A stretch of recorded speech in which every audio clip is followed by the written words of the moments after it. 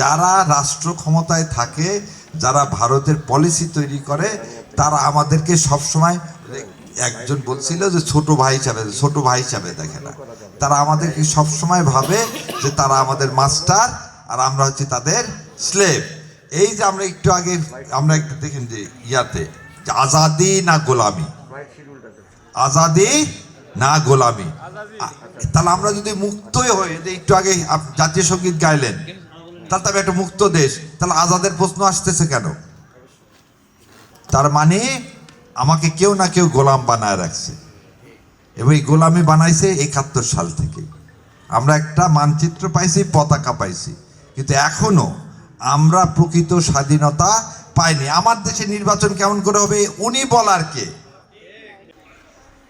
আমরা তো পাকিস্তানি ছিলাম 71-এর আগে, বিক্রি হয়েছিলাম। বাংলাদেশ হয়েছে, বিক্রি হয়েছি।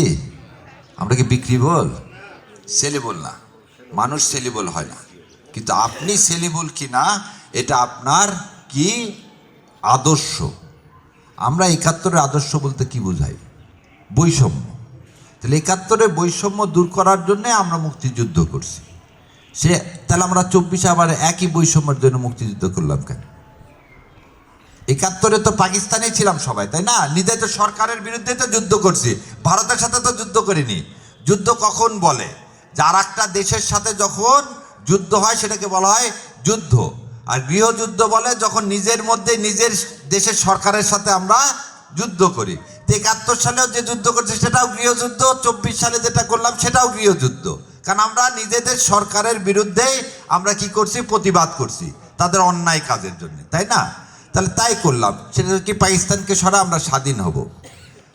ভারত এসে হঠাৎ করে আমার 16 তারিখে তার কাছে কেন পাকিস্তান সেনাবাহিনী সমর্থন করল? আত্মসমর্পণ যে করলেন, তার কাছে কেন করলেন? 71-24 এগুলো নিয়ে না। আমাদের প্রথম কথা হচ্ছে হাদিকে কেন মারা হলো? হাদি তো চাইছিল খালি একটা ইনসাফ। কি ইনসাফ? যে দেশে ভারতীয় আগ্রাসন থাকবে না। তাহলে 71-এর পরে ভারতীয় আগ্রাসন আমাদেরকে কি করছে? একটা গোলামী রাষ্ট্র বানাতে চেয়েছে, ভারত হায়দ্রাবাদ বানাতে চেয়েছে।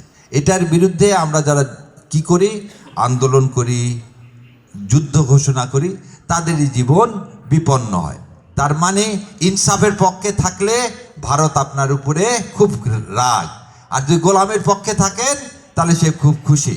তাহলে আজাদির পক্ষে থাকলে তো আমরা পাকিস্তানিও হব না, দিল্লিও হব না, পিন্ডিও হব না, কোনো কিছুই হব না।